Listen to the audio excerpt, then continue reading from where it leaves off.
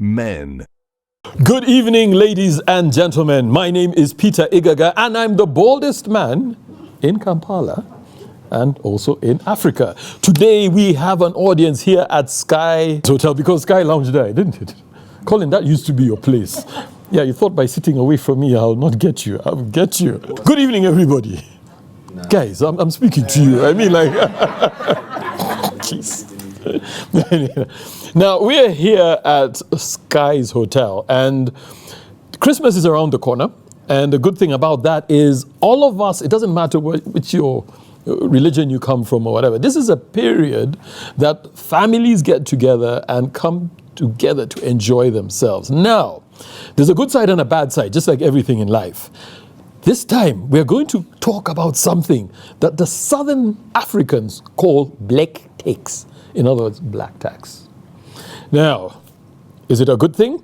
To set context for this discussion, Uganda has the highest dependency in the world. And by that I mean, everybody is depending on somebody for something.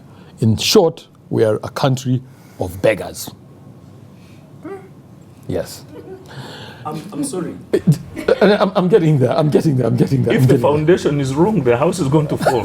No, it won't fall. And I'll tell you what. The highest dependency. Yes, we have the highest dependency. So rate. that it means that every adult has many people who depend on them. And what are those people called? Yes, you are right. It's also because Uganda has a relatively young population, 70% under 35. And 50% under 18. So now that we have that context, go on and build your shaky house. Of beggars. Okay. All right, you know what? I'll come back to you, Colin, Mr. Statistics. You remind me of a certain gentleman who we once had on the show who kept telling us, according to statistics, but I'll get there. Chris. And from a spiritual angle, all right, is it advisable to take care of people? Because in my opinion, what we term as black tax promotes laziness. It promotes lack of, for a better term, creativity. Because I know at the end of the day, for as long as Chris is doing well, I'm good. Christmas is coming, my nkoko is sorted, the rice is sorted, and to make matters better, when Chris goes back to the city, he's leaving me with cash for my school fees for my kids. So I'm good.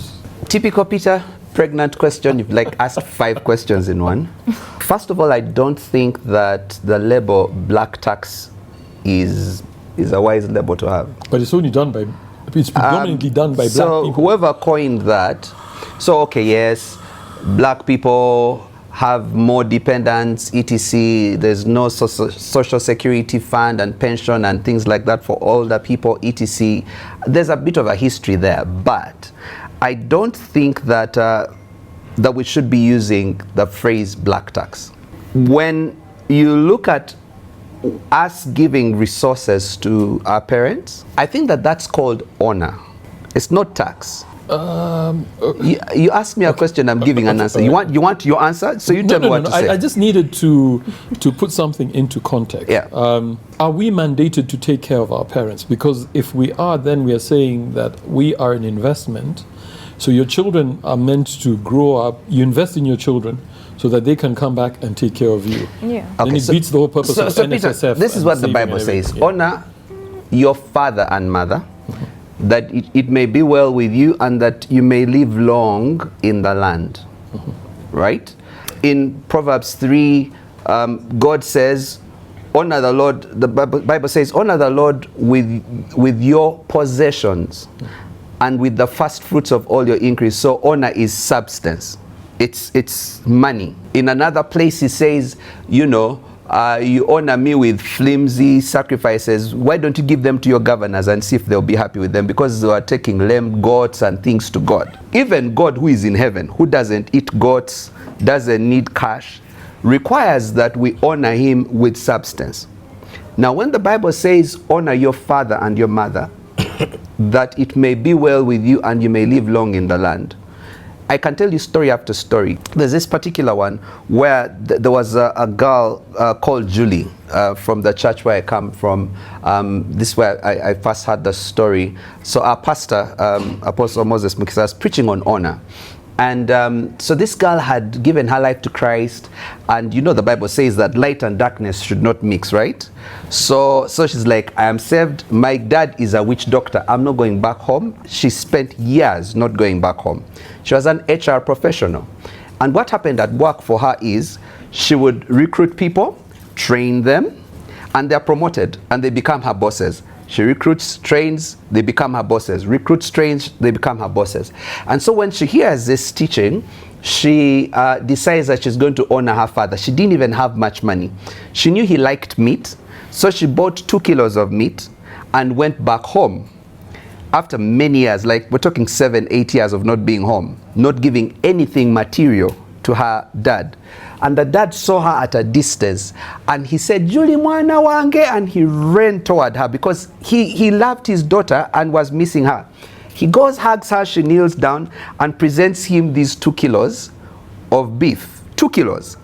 And he says, now let me pray, let me bless you. God in heaven, bless this girl and all this stuff. Do you know what? About 2 weeks later, she was promoted onto the board of that organization, given a salary that, you know, the type where if it's paid monthly, you're catching up with all the lost years, right? Because of the principle of honor. So we can, you know, be in town and call it black tax and na. But here's the thing. There is a great opportunity when we give our substance, especially to our parents. Right? Okay. Because here's what is in every parent. If you've ever given anything to your parent, this is what, oh my child, may God bless you. Oh, may your work go well. May you live long. Every parent says that. If you've ever given anything to your parent, that's what they say. Yeah. All right? So that honor is actually God's mechanism of getting the parental blessing for you and for me and for us, that it may be well with you. So when you look at it as an opportunity to honor, then it's not tax, it's an opportunity. Okay, I'll tell you what, and I could not agree more. We are meant to honor our parents. That is great. But, Colin, what about those people who use your parents to take advantage of you? And I'll give you a simple example. You've got this cousin or brother who is a perennial nuisance. They messed up when they were in school. They messed up everything else. They're busy selling things in the house, but your parents love them, all right? And they keep saying, you know what? They're as much as a child of the home as you are. So they know the route to get money from you is through your parent. Should you cut the cord because your parent, for lack of a better term, is being irresponsible? I like to tell you, Peter, about the reason why we talk about statistics is because the makeup of our society determines how our society lives. Mm-hmm. This conversation you're having, I mean, I completely do not believe the motivational story Chris just told us.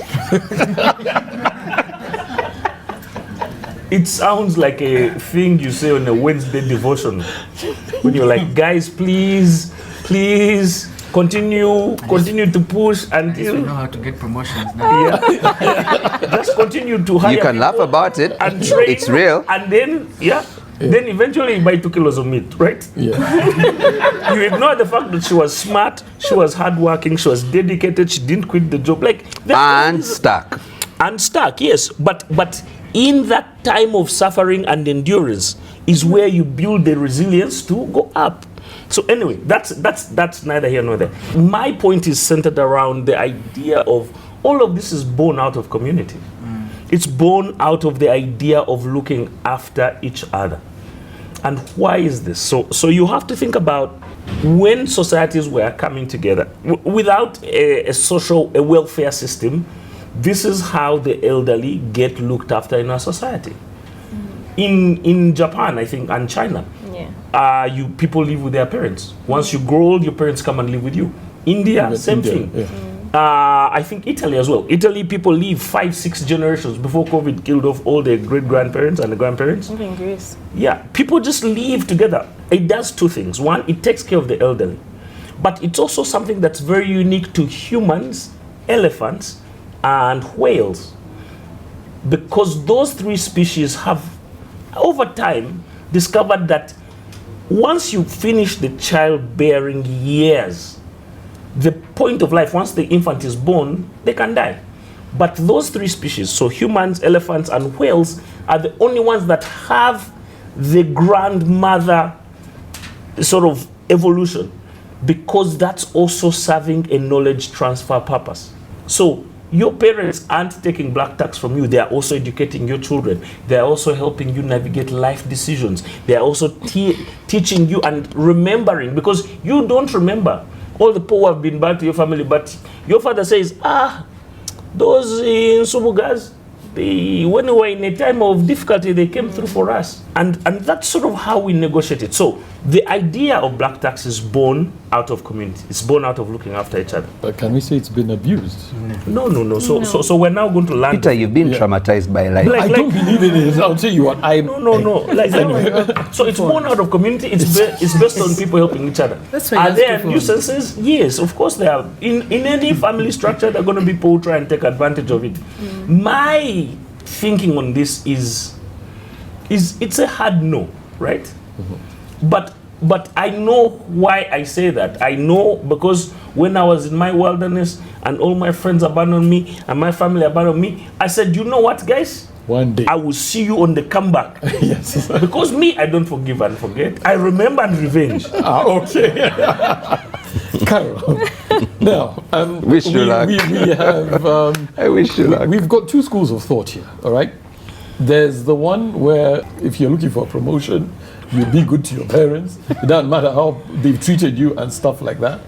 Then we've got the other one where it's societal. Okay, so it's not me, it's the society. Again, there are people who take advantage of this, but are we killing? You are a creative, okay?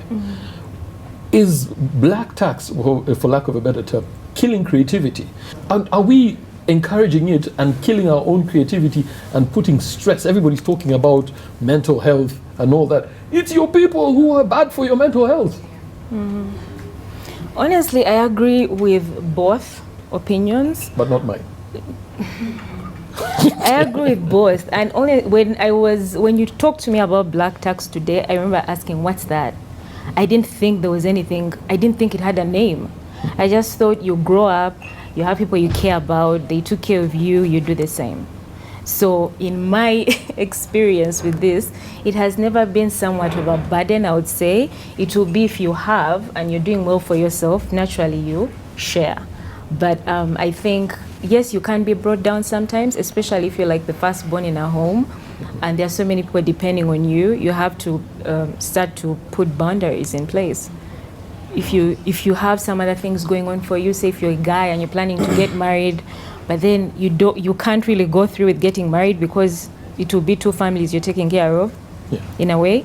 So it does pull you down a bit. Sometimes you want to buy yourself a car, let me say, but you have things at home that you need to take care of. So it really depends. I feel it's you creating boundaries and letting people know at home what's up.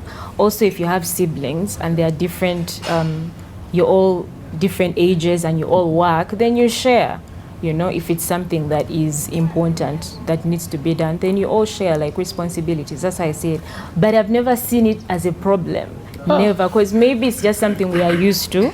Because even when I was young, I would see my dad doing that, or my mom, or my auntie. So I didn't see that it was an issue per se. It was just that you have family and you take care of them.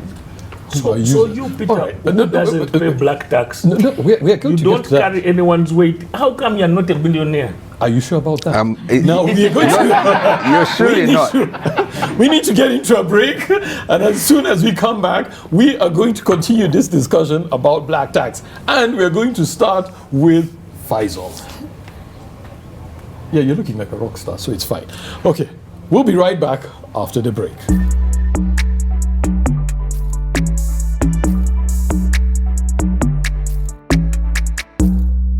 Men.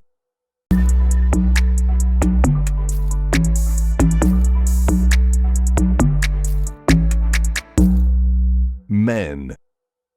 Welcome back from the break. We are here at the Skies Hotel talking about black tax. What is black tax? It's those crabs that keep on pulling you down when you're there trying to do your thing. Are you a victim of black tax? If you are, let's hear from it. Go to our socials. Our page is which? NTV MEN _UG on X, formerly Twitter. You heard it from the man, the black tax man himself. Faisal, now you're looking all cool and stuff, good for you. But are you trying to say life is that perfect? You are a firstborn, okay. Are you affected by black tax, and do you think it hinders people from achieving their dreams, especially when it comes to taking care of siblings? I don't think black tax hinders people from achieving their dreams. I think people hinder themselves from achieving their dreams. So there's one thing I've noticed about Ugandans. Let me speak about it from the context of charity. When you give charity, when you give tithe, does it feel like a burden? Does Peter That's give the it? question. Does it feel like a burden? Not for me, but I tithe religiously. I give. I'm part of the compassion ministry. Does it feel in like my a burden? church, okay. No, it's not a burden. Why? Because it's organized giving. And you don't even know these people. But this is your family. This is your blood. Yeah. Yeah. Okay. So here's the thing. The one thing I've realized with a couple of people who complain about black taxes, that you have to understand there's a version of a Ugandan who gives black tax to be seen. Because you people look at black tax as money, other people look at black tax as responsibility, as respect, as when I come home, my car has to park inside because I'm giving grandma 500K. You get what I'm saying? So to a guy like that, he's obviously going to complain about black tax because for him it's like a burden. If I'm giving money and then I come home and nothing is being done, you get what I'm saying? So I'm of the view that black tax is actually not bad, but a lot of people doing it now are doing it just for their own benefit, just for them to be put on that pedestal, that family pedestal of, we have Mukulu Peter Igaga, no one should say anything about him. When he comes home, make sure all of you kneel down. Why? Because he's doing what? He's giving us his money. It gives you a voice. This is what they think, because a lot of people use money to get power, to get respect, yet that's not how it's supposed to be. So black tax should not be a burden. Why it's a burden is because we leave it to one person. Yeah. Colin talked about how in Africa a lot of the times it's about community, but what's a community where it's just one person contributing to the welfare of everyone? You get what I'm saying? Yeah. Yeah. So as opposed to, complaining or removing black tax entirely, why don't we teach everyone in that ecosystem to actually be financially responsible? When you're honest about black tax, you're going to have boundaries, because you're going to understand, in my family circle, in my immediate needs, I have A, B, C, D to take care of.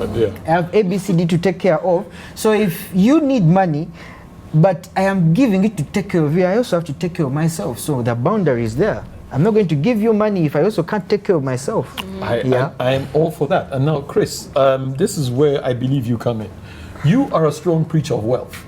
Okay, wealth creation, wealth generation.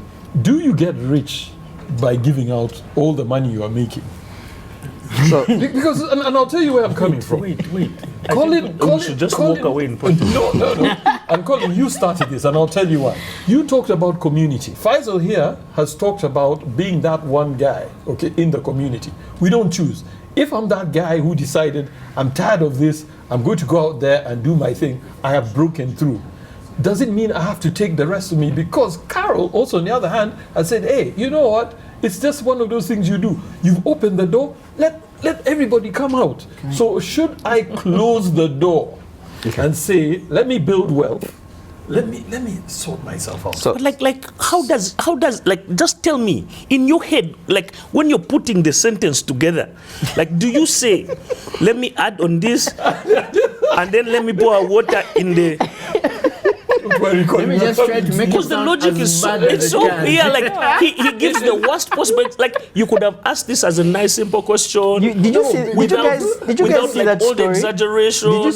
Because it's not exaggeration. It's okay. It's all right. It's the bitter truth. I can handle Peter. So I'm going to share a story. Actually, just a couple of stories to answer your question.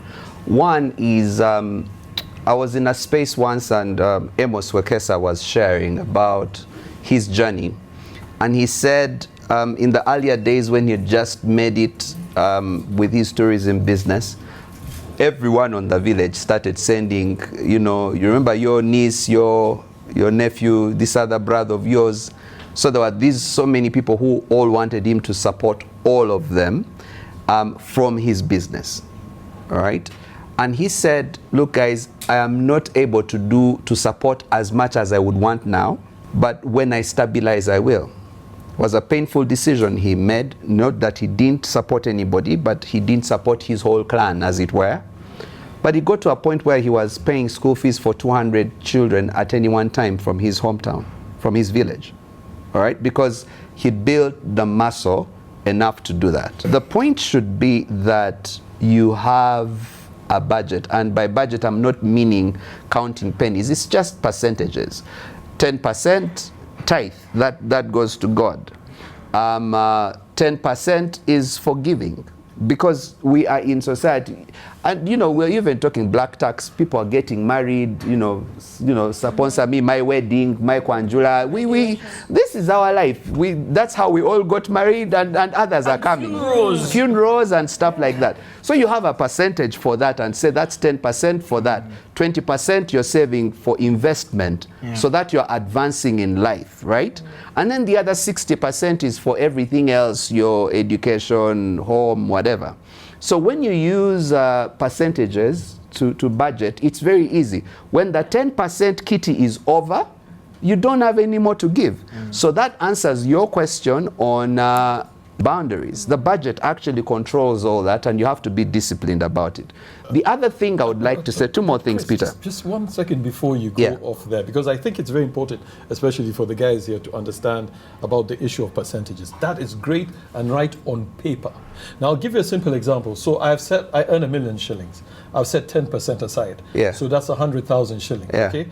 Faisal got robbed. People came into his house. He needs some money. I give him. Yeah. Colin's sheep ran away and all that. I've given him some money. I have his answer. So Don't worry. by the time it's midway of the month, my 10% is done. Yeah. And I'm being disciplined about it. Yeah. My grandmother comes to me, or Yeah. my mother comes to me and tells me, oh, I have to travel to Mbale, okay, for a funeral. Yeah. I don't have money. Am I going to tell her, Granny, sorry, my 10% is done? So I'm not it giving you depends money. on whether you could help in such a special circumstances from some of your savings. But if you judge it not to be a critical issue, you say, I'm sorry, I've run out, but I can be able to send you some money in 2 weeks from now. Or So she's going you for the say, funeral or 2 you weeks say, from now. or you say, I have 10K or whatever it is you can freely give out of your pocket cash. Let others build onto that. That's how you handle it. Also, But let me Because when finish, you've Peter. got 10 of these people. Yeah, it's so your you say relative. no. If you don't say no, you can't. How are you this old and you've not said no? Anyway, two more things I would like to say. Peter is among the 200. I don't know. So You understand? No, but wait. You Let me just allow me to finish two things about this thing on black tax. I one time sat down and I thought about it, and I actually shared it in the congregation we lead in Worship Harvest Mukono at the Mahanaim Cathedral. And I was telling them, guys, do you know when you go to the village, you're complaining about, now I'm going to the village, now they of course they need me to buy stuff, so you buy 2 liters of milk, a loaf of bread, 2 kilos of sugar, what else? A tin of Blue Band of 3,500. Basically, you do shopping of like maybe 40K, 50K, and then you drive all these kilometers and go, and you're feeling like you're a buntianta, some rich guy who has landed, and you're causing inflation because you brought some bread and sugar and milk. When you're leaving, they give you 2 cocks, they give you a goat, they give you 2 or 3 bunches of matoke, they give you ghee, they give you a sack of potatoes. You live with your boot full of stuff that's going to last you 3 months. Who is the rich one? I want us to think about it. But you didn't beg. They gave you. No. Did they beg when you are going with your 50K shopping? I'm just saying. The truth is that actually for some of us it's the reverse black tax. You get more from the village than you actually give. Number 3. When Colin was speaking, I remembered a book by Malcolm Gladwell called The Outliers. And in that book, he talks about the Rosetto effect. There was a group of people from Italy who lived forever. Yeah, they moved to America in a time where everyone in America was dying of heart attack. These guys are not getting sick. So a study was done. What do they eat?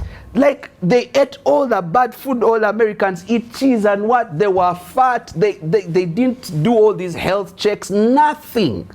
They went to Rosetto, the original Rosetto in Italy, to say, are those people living long? What's the difference? Like, they failed to find the difference until he went and studied. And this is what they found, that generations upon generations were living together. In the same community. In the same house.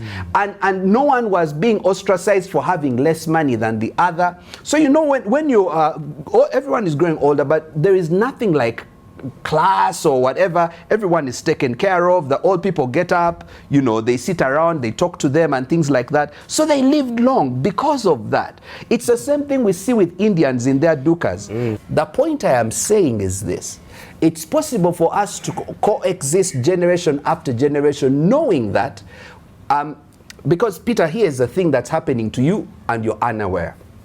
When you are born, yes, you aren't. So let me teach you something. When you're born, you are a dependent. It's a bell curve. You're a dependent. So as you grow teenage, as you had your riotous teenage, you start feeling independent. As you grow older, 20-something, you realize that you need interdependence. That you need some independence. You know, every bottle must stand on its bottom, every glass on its own bottom. But at some point, you need to exist in an ecosystem. But then as you start aging, people actually tend to be more like children as they grow into their senior years. They need more care. They need support. An uncle of mine, he passed on, but he was in his late 70s. And he said to me, son, we don't need anything from you. At our age, all we need is you come, visit us, let's talk. Just come, just reach out, let's talk. I just want to know that you remember we exist. So those are some of the things that help. And for me, I wrap it up as honor, not black tax. Okay. All right, guys. Geez. I'm feeling like there's a reason why I sat in this corner. So now I'm getting out of this corner because everybody seems to be against me. No. We're not against you. Wait. You're against yourself. You're against yourself. And what I want you brought Carol, the guest here. Yeah, wait. You brought a guest on our set. We are going to get there. Okay. We're going to get where? To you. In 1 second, because you interrupted me. Now I'm hoping you guys will be on my side. Okay. All right, guys, we're here at the Skies Hotel. I'm feeling very overwhelmed in my safe corner. It's not a safe space, but I'll be fine. We'll be right back after the break.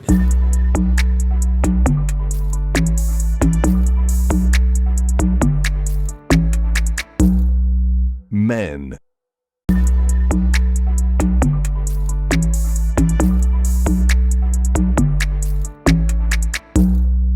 Men. Welcome back from the break. We're here at the Skies Hotel having a conversation about black tax, which in other words means being a leech, depending on other people and sucking blood out of them.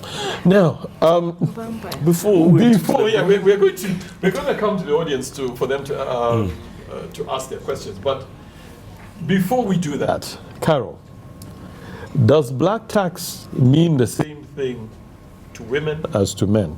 Because in certain circles, I've heard that women are the biggest beneficiaries of black tax. Because apparently Kampala women have a lot of problems. The moment you start dating them, their gas is finished, they can't pay their rent, their mom is sick, and all that. She swallowed the broom. She swallowed the broom. So are you women the biggest proponents of black tax? I don't know about that. Depends on the woman, I guess. Okay. But it's still both sides. It can be financial, but it's also emotional. Mm-hmm. If you are the girl at home, I've grown up in a family full of girls. Mm-hmm. So in case someone is sick or they're in the hospital, it's always the girls who are always showing up. We would always take turns. So now you go do this or you go do that. It really varies, but the emotional side is there as well. Okay, and when you talk about emotional support, can some of that emotional support also create emotional damage? And I'll tell you why. Because here you are. You're like a firstborn girl. You are expected If some, Yeah. like you said, somebody is sick in the hospital, you are expected to leave your job and be there with them. Somebody, for example, is sick in the village. You are expected, and when you don't do it, it becomes an issue. It does become an issue, but same thing like I said, if you have siblings, then you can share responsibilities. But it's something that is expected. It's not for you to say no. It's like, hey, it's just something you do. But shouldn't you be able to say no? So I want to come in here and say we have sort of created this sense, and maybe we need to disabuse our viewers of the idea that it's always money. And I think that that's an important thing for us to say, that black tax isn't always money. Because Peter, if I told you now, I don't want money from you, but I want you to come and spend the whole day driving me around the city as I run errands, it's not money, but I am taking a certain amount of your time and your day and things that you want to do. If you're saying to a girl that every relative who's sick, she's the one who's going to take food and sleep in the hospital, like, it's not money, but you're taking away from things that she could be doing that could advance her life, her career, where she wants to be. And I think that distinction is important, because that is where now you start to have the hard boundaries conversation that Faisal was talking about, the hard boundaries conversation that Chris was talking about. The hard boundaries become you realizing. Because sometimes people want to go and take care of Peter in hospital because they don't have the money to contribute to the hospital bill, right? Yeah, so it's what they can offer. So it's what they can offer, right? Yeah. And I think that as we start to get into that frame, then you start to understand that your time, your effort, your knowledge, and your money are Time, treasure, talent. Yes. Those are things that you contribute. And so you need to protect them, because you also need them for your growth, as Faisal was saying. You need to be able to say, this is for me. Like, I'm sorry, like, I know that this is, you guys want to have a whole family thing, but like, I had already committed that I was going to tape NTV MEN on Tuesday. Like, I'm not coming to that thing. Yeah. Send me a minute, right? Because also that's how you protect your growth. And finally, Peter, you have this really strange idea that women are the ones who benefit from black tax. Yes? You just told Carol this. You said, women... I'm a bit worried about where this is going. You start dating them, their mother swallowed the broom, they are sick, their rent is due. But I've said to you, Peter, and you are a big culprit of this, there's no one in Uganda who loves men who have money like a Kampala man. And if you think I'm lying, guys, anytime you meet Peter out there, he's chief, engineer, Mugaga, commander, the chairman, the owner of the money, the chairman of the ghetto. Peter can call you. If Peter thinks you have money, he will call you every cool name. Until you don't give me the money, then we'll have a problem. So every time, and I think that we must continue to talk about this thing, because Kampala men are notorious. They're notorious for having certain habits. Then they just project them on other people. We do need to take questions from the audience. You had your hand up, so we'll start with this gentleman over here in the corner. And I'm a pharmacy technician at Cambridge Health Medical Center. First of all, there are points I am going to side with, and both sides have something to add for you. For Mr. Peter, I'm going to side with you. According to Stephen Bartlett, in his book, The Diary of a CEO, he says, don't give when your buckets are not yet full. And also, then for the point where you said, like, it promotes laziness, I think I was watching a certain podcast by Chris Williamson, and Jacko Willing said, I think instead of creating things like weapons and all that, computers, we should create a system that is going to decode the way we think. Like, if somebody is being lazy because I'm giving them, we just need to decode them, change their mindset to where that is going to make them to be motivated by what I'm doing, so that they try and be like me or better than me. Then I'm so grateful to Pastor for what you've said, I've learned a lot from you, and also I'm going to try and add on something. In Stephen Covey's book, The 7 Habits of Highly Effective People, he explains the maturity continuum, where we have 3 levels of maturity. Dependence, that's when we are still young. Then independent, you're beginning to get your first job, like you have not yet set up yourself. Then we have that interdependence. That's where now we are managers or we are bosses, and God knows why He has put us where we are. And then lastly, at that level of interdependence, that one is not for everyone. It's for people now like managers, CEOs, and the reason why you're there is because you're supposed to give to others. Lastly, I'm going to leave you with a quote. It is from BNI, Ivan Misler. Like, I think that is the networking group, the biggest networking group in the world. Their quote is, "Give us gain." We can give love, we can give emotional support, we can give money, but as they have said, there's that percentage. Like Jim Rohn said, you give like a tenth of what you've got. It can be emotional support, money, all that. And we should set the standards so high, those challenges will always be there. Great stuff. My name is Emmanuel Kojomensa. I am part of the Man Cave team. I think I just want to put some emphasis on numbers. So when you look at the dependency rate that you mentioned, on the average, it's almost like every Ugandan is taking care of about 84 people. So that means when you take your salary of about 1 million, it's taken by just the tax in terms of whether you do your budget, your percentage, there's that likelihood that money must go somewhere.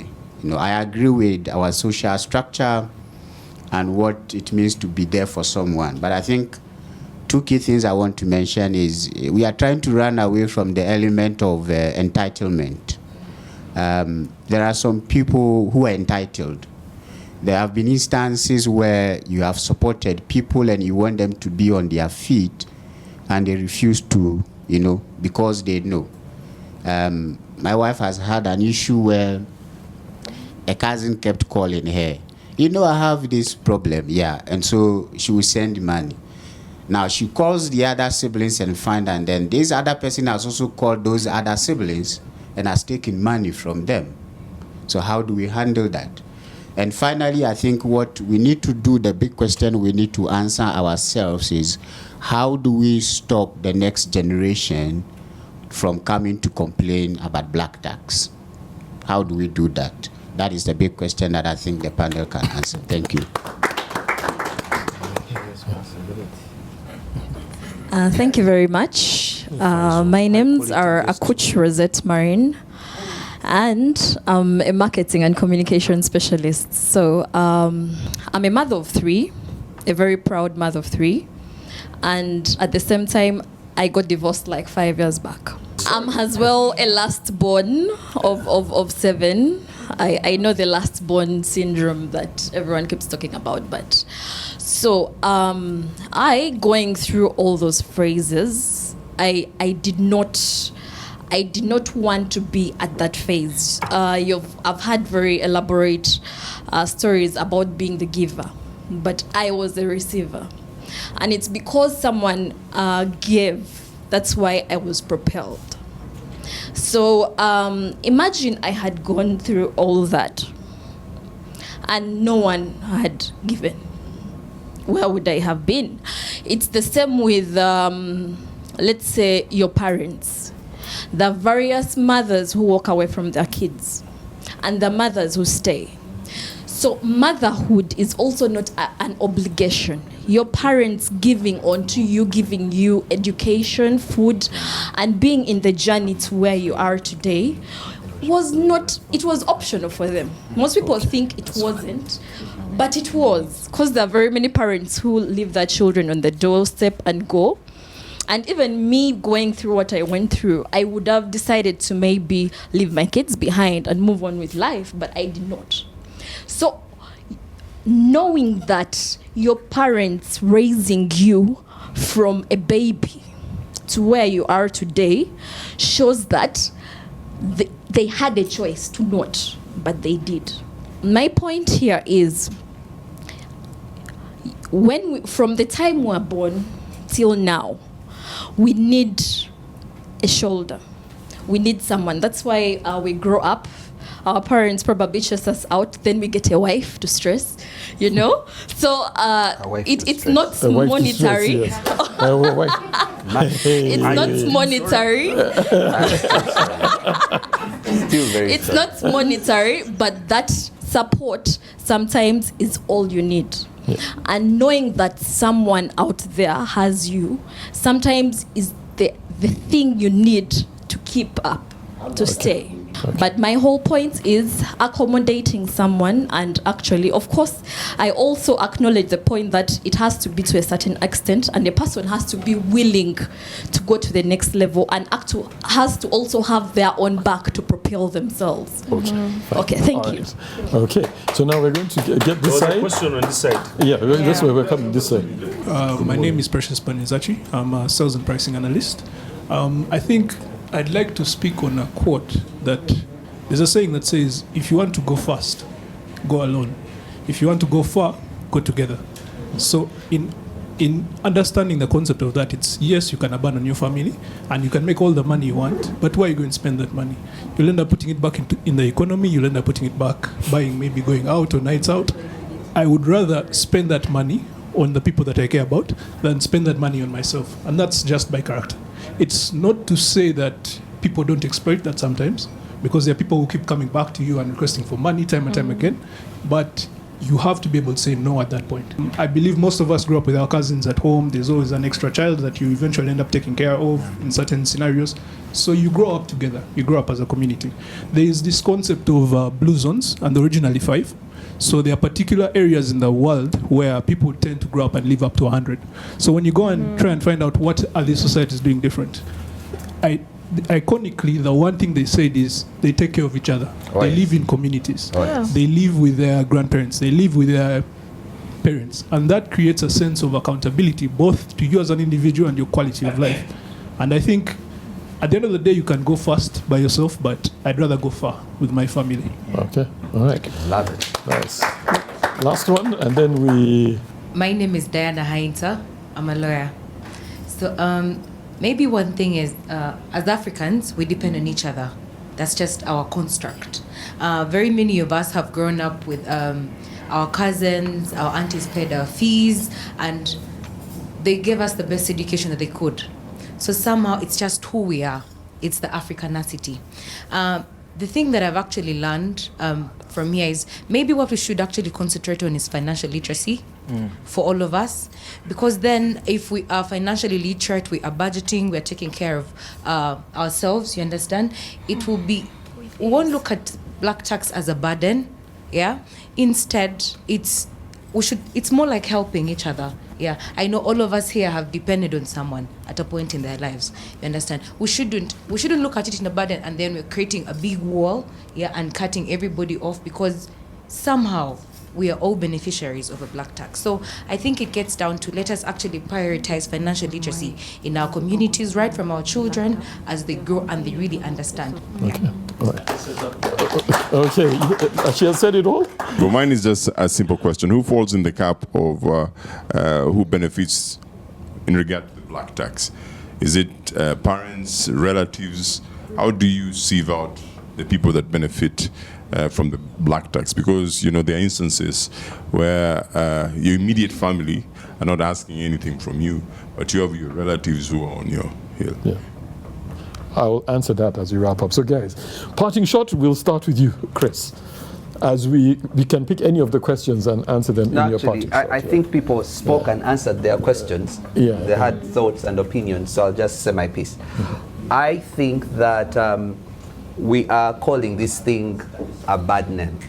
The truth is, it's honor, right? And it's something we do, and it's good for us. There's a reason why, for example, during COVID, although it was said that Africans were going to die like flies, we didn't.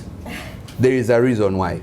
It's things like this where we're able to support each other, but it's also a very biblical, godly thing to do. that you honor those who have gone ahead of you with your substance, that you will be blessed. There is a real thing called a blessing. A guy called Abraham blessed a son called Isaac, and he prospered in life. Isaac blessed Jacob, and he prospered in life. That's why you have the nation Israel. I can go on and on and on. Most people, most people don't really think about this, but the parental blessing is a real thing. Right? Now you could trivialize it, call it motivational speaking. That's fine. But when you're stuck in life and you're wondering what's going on, I can tell you your hard work is not what's going to unlock it. It's things that are spiritual, because there's 5 capitals. Financial capital, which you're crying about with black tax, is the lowest. Spiritual capital is the highest. You need to be blessed. You need to be honoring, especially your parents. All right. Colin, your parting shot. I guess if you think about the thoughts that we've had today, people experience this thing differently. Everyone experiences this black tax differently. And the discomfort and the level of sacrifice, everyone sort of speaks into where it is. In closing, I want to get into Emmanuel's question, which is, how do we prevent this from being passed on to the next generation, right? So, and I think it's not a straight answer, but it's strong values, strongly held, right? So it's bold values strongly held. And I think that if your children grow up not seeing you say no, they are never going to become the kind of adults who say no. And we live in a world where part of advancing is sacrifice, right? It's denying yourself things so you can bargain with the future. That's what sacrifice is. You deny now so that then the future can be safe, it can be provided for. You pay now and play later. And play later, right? So that's the thing. I think that's what we must inculcate in our children. We can't teach them. They have to see us negotiate with the world and say no to things and sacrifice. Because then they start to see that behavior. They understand it's part of... We have this mistaken idea that parents must say yes all the time to everything to the kids want, right? But teaching them that, and also in relationships with our parents and their uncles and their aunties and their cousins, it creates this boundary of, yes, my parents are great, but my parents don't allow all things. And that's fine, that's okay, because it creates a system where they're able to prioritize what's important for them and their life. And if you sort of lean inside Chris's thinking, the parent's joy is to see you succeed. And there is no other way you can want your children to succeed than to negotiate with a greedy world with some skills and a spine. All right. Cool, fantastic. Carol, interestingly, your surname is shortened as Cash. Yes. So this touches directly on you. What's your parting shot? But Cash is as in not cash. Oh, I thought it was Cash. So I knew that. It's Cash Ajay. I will say we have been, black tax created us, and that's the truth. Me, I've grown up in a very big family, like in terms of not the immediate, just my sisters, but my uncles, my aunties, very big and very close. We have family reunions all the time. We used to travel to Christmas together all the time. So it's very close-knit that even when I would see my aunties helping each other, my mom, my dad, it didn't really seem like an issue, honestly. And when my dad didn't have, he didn't have, and that was it. So for me, in terms of community, I feel like it's very important. I think where it goes left is we just need to educate ourselves in the financial situation. Better financial planning, because if you know how to handle that and someone asks you for money, it's easy to give because you have, yes, you have. But sometimes when you're operating from a place of lack, someone asks you for money, they just piss you off. It's like, because you're operating, because Tolina, you know, but they see you out there like Pfizer says, or they see me on TV, they imagine Alina Center and you don't. So it just comes to us like holding boundaries and like, you know, teaching ourselves about all these financial things so that when we are giving, it's from a place of, oh my God, I would love to, you know, and you don't feel the pinch that it's hitting you. Okay. Yeah. Faisal, your parting shot. I think you guys have given the lessons. Let me give the experience. I was raised majorly by my mom at first, but there's a point in time my mom left, then my grandma took over.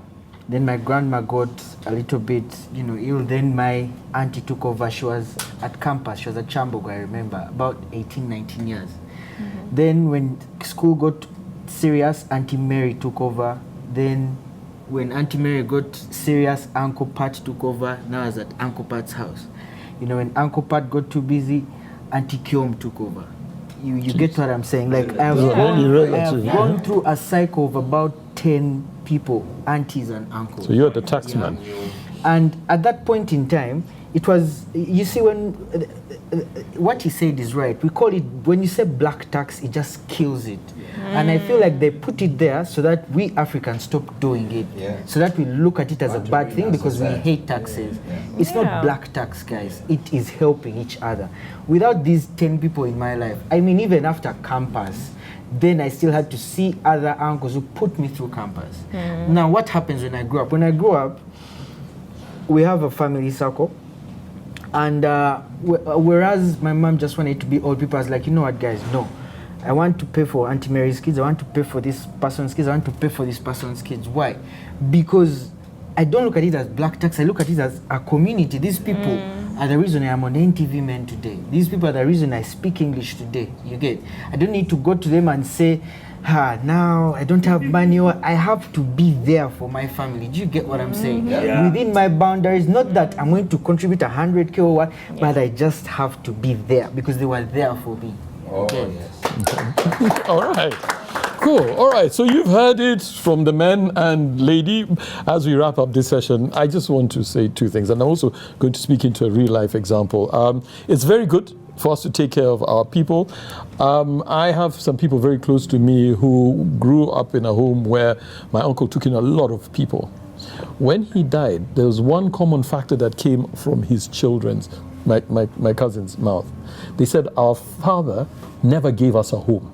And they were bitter about it because they said they were always people in our home. So I think we need to also find that balance, that as we are taking care of others, I think our priority should be our people. That having been said, I also am against the people who take advantage of it, who are perennial beggars because they know they're related to you. They feel that self-entitlement is a huge thing. And that's why it's just, unfortunately, we're out of time.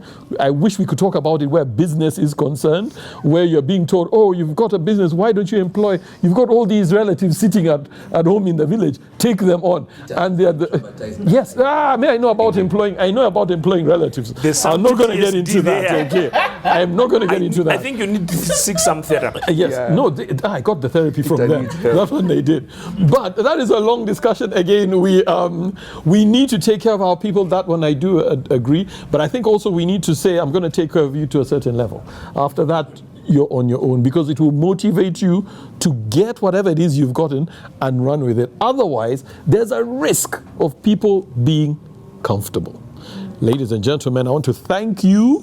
It has been an interesting discussion, and we have to wrap this up, but don't forget, this is your show. We need to hear from you. Our hashtag is, Colin, you're the one who knows this NTV.